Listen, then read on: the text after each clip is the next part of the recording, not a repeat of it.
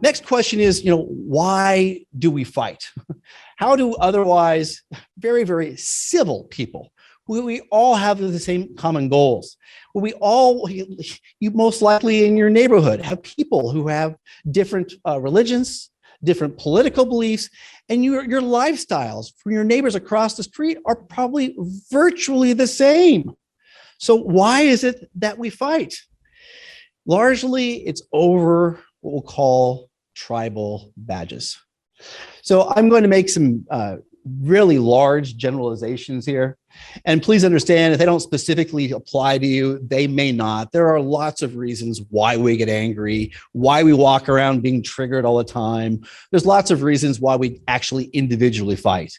But what I'm here to tell you is the following. We as human beings are herd animals. We are pack animals. Our very, very basic nature is that we want to belong to a tribe as much as anything else. This movie will date me quite a bit, but I'm assuming you'll remember it. How many of you remember seeing Dances with Wolves way back in 1990? Gosh, that dates us. All right, so if you remember that story, we had Kevin Costner playing Lieutenant Dunbar. He did something either very, very heroic or very, very stupid in a battle in the Civil War, which earned him the right to choose his post, and he wanted to see the Western frontier before it disappeared. So he traveled out there with his trusty horse, and I can't remember the name of his horse right now, to his post, which had been abandoned, and he first started making contact with the Native Americans in the area. And you may remember that their first encounters were a little bit hostile as they were trying to figure each one out. But over a period of time, Lieutenant Dunbar actually made contact. Then they first started sharing food. Then they started sharing supplies. Before you know it, he started wearing some of their ornaments and some of their dressing. He started growing his hair out. He started speaking their language. He then engaged in a hunt with them. He then started living with them. He started speaking their language. He eventually married into it, fought beside them in battle, and at the accumulation, he actually killed Union soldiers. He more or less assimilated into the tribe in which he came from. And the same thing would happen to you. So if I found an isolated tribe somewhere out in the middle of nowhere, let's just say it had 2,000 people, they all wear long white robes and all paint their faces red.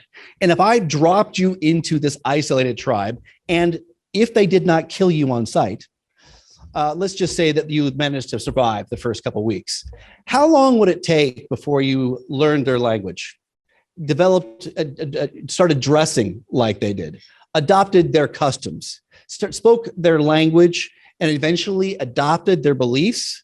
The answer is months and maybe a couple more years. This is what we do.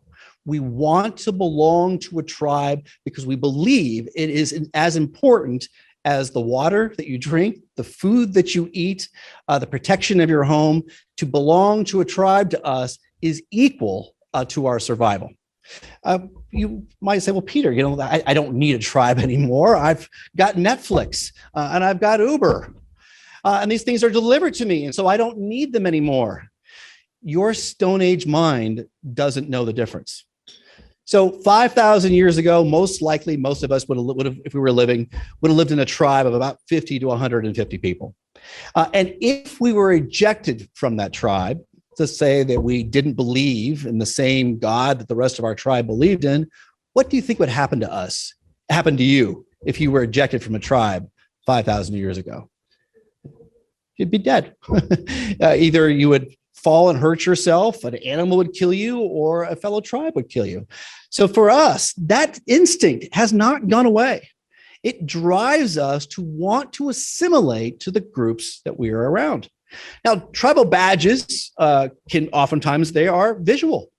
So we can look around the world and see these different customs that tribes have actually adopted as a way of identifying other people in their tribes.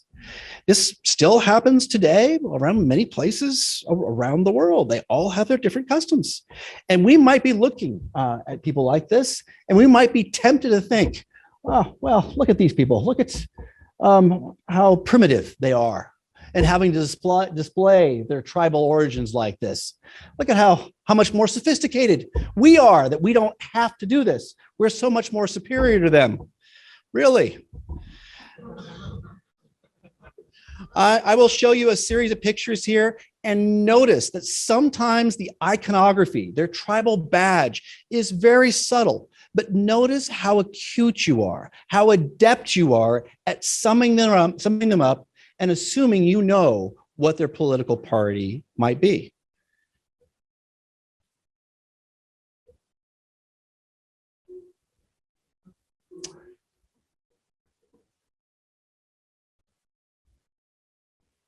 We are incredibly good at displaying our tribal badges, at making sure that people know that we belong.